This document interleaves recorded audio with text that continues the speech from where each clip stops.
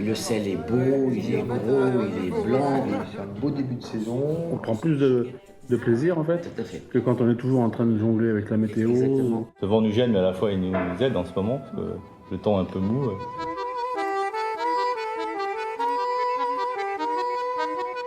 Le sel, c'est un cristal de chlorure de sodium, principalement. Tu vas avoir différentes origines possibles. Tu vas avoir du sel de mine, c'est du sel que tu vas trouver en creusant dans la terre.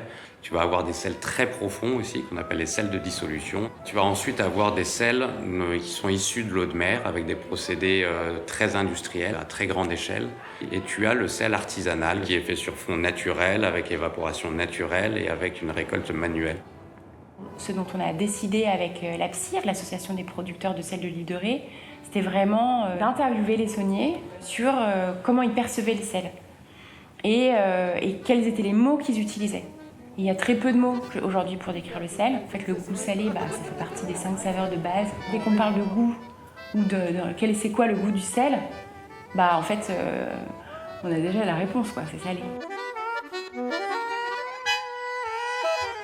Sur nos marais salants de l'île de Ré, on va avoir 2 types de sel. On va travailler avec une lame d'eau en permanence. Donc tu vas avoir une zone de surconcentration dans le fond du carreau en contact avec l'argile. Et tu vas avoir une formation de cristaux cubiques de chlorure de sodium. C'est le gros sel, légèrement un petit peu grisé de temps en temps parce qu'il est en contact avec l'argile. Et à la surface de cette lame d'eau, tu vas avoir une zone d'évaporation qui va être une zone de surconcentration aussi. Et tu vas avoir des petits cristaux qui vont se former, se développer en flottant à la surface. Et ça, c'est la fleur de sel.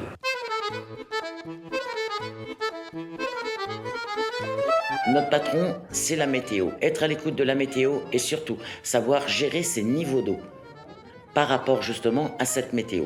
Vous mettez trop d'eau, vous ne faites pas de fleur de sel. Vous n'en mettez pas assez, elle va coller dans le fond, vous n'allez pas pouvoir la récupérer. Donc, chaque carré mérite son attention. C'est infiniment subtil. C'est que ça se joue sur des millimètres de hauteur d'eau, sur des réglages, mais c'est tellement subtil. Il y a à la fois le côté super brut et le côté super subtil. Du coup, sur les sels, on est arrivé à une forme de grille de référentiel avec différents critères en fait. Il y a 3 catégories, aspect, en bouche et le toucher. Donc on est dans une première mondiale aujourd'hui, potentiellement. Toute l'idée de ce travail-là, c'est de donner les moyens aux consommateurs en fait, de reconnaître un sel qui sort de nos marais. Pour moi, c'est ça qui est fondamental. Qu'est-ce qui les fait se ressembler et qu'est-ce qui les fait être différents? On a parlé de la forme couleur. cubique, elle n'est pas très grosse la fleur, on voit bien une cristallisation cubique. C'est pas hyper blanc, il y a une petite teinte grise. C'est de la fleur de sel qui est ni grosse, c'est de la belle fleur de sel. Elle est presque mousseuse, elle est très légère en doigt. Là, on sent que si on écrase, on a vraiment plein d'espace entre les... On dirait de la neige. Elle craquante comme au doigt. Quand tu la crases, t'entends bien le son. Et c'est très cassant. C'est un peu plus éphémère, c'est plus fondant. Ouais, mais il y a de la résistance sous la dent quand même. Oui, mais c'est pas vraiment l'humidité. Il a un vrai croquant bien dur et effectivement bien sec. Il a une acidité en bouche, celui-là, c'est... Ah oui, Il est piquant en fait, c'est ça? Oui, tout à fait, oui. Ouais. Pourquoi avoir plus de mots pour parler du sel? Il y avait plusieurs éléments. Le premier, c'est donner des arguments qui permettent de différencier un sel artisanal d'un sel industriel. Le deuxième, c'est de préciser l'expérience de dégustation. Il a l'air plus abîmé. Il y a plus de brisures de cristaux. C'est un peu comme si le produit a été éteint, quoi. Très régulier. Très fin, très régulier. Ouais. Il y a même du magnésium, regarde. Hop, Il y a même ouais. du magnésium. Là, il y a du magnésium. Ouais, C'est hyper sec, c'est aussi translucide. Pour moi, il y a plusieurs définitions de blanc, mais les blancs translucides, Ouais. c'est pas notre produit en tout cas. Mais c'est marrant parce que il est mat quand même. Toi, nous, Translucide ou transparent? un peu transparent, c'est un peu entre les deux. Ce qui fait qu'on fait du sel ici, dans cette zone-là, donc c'est l'argile, c'est une météo qui est vraiment très spécifique ici, qui évapore beaucoup, très peu de pluie.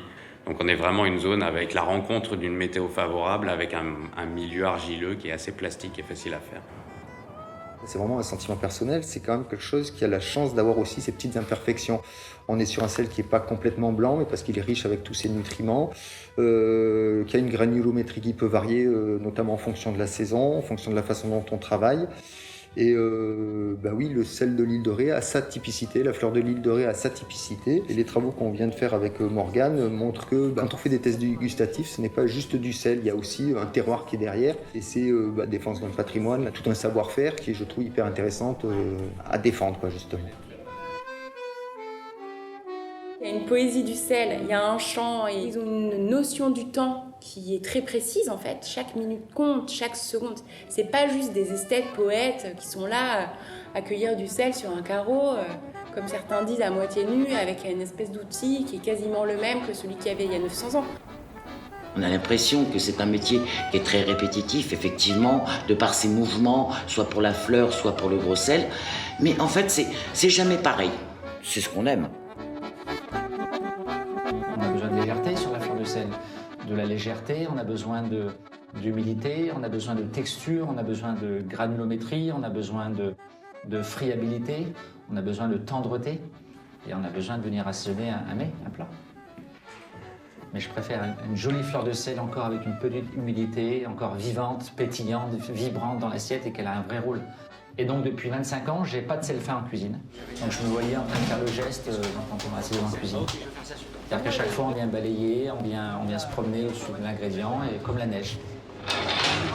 Toujours intéressant de saler la viande avant, surtout sur les viandes rouges, pour que l'assaisonnement rentre un petit peu dedans. Aujourd'hui, on est une centaine sur l'île de Ré. On est une filière qui se porte plutôt bien, qui se développe. On n'a pas une croissance à la chinoise, mais on installe des nouveaux sauniers régulièrement, des jeunes qui doivent être passionnés, qui sont forcément passionnés. On est forcément passionné quand on fait du sel.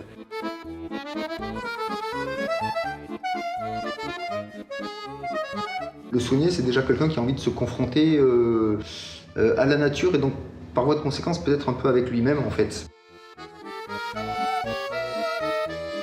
Donc faites le test chez vous. Il vous suffit simplement de prendre 3 échantillons de sel différents. Et là, vous allez les observer. Vous allez ensuite les toucher, voir comment ça roule, comment c'est friable sous vos doigts.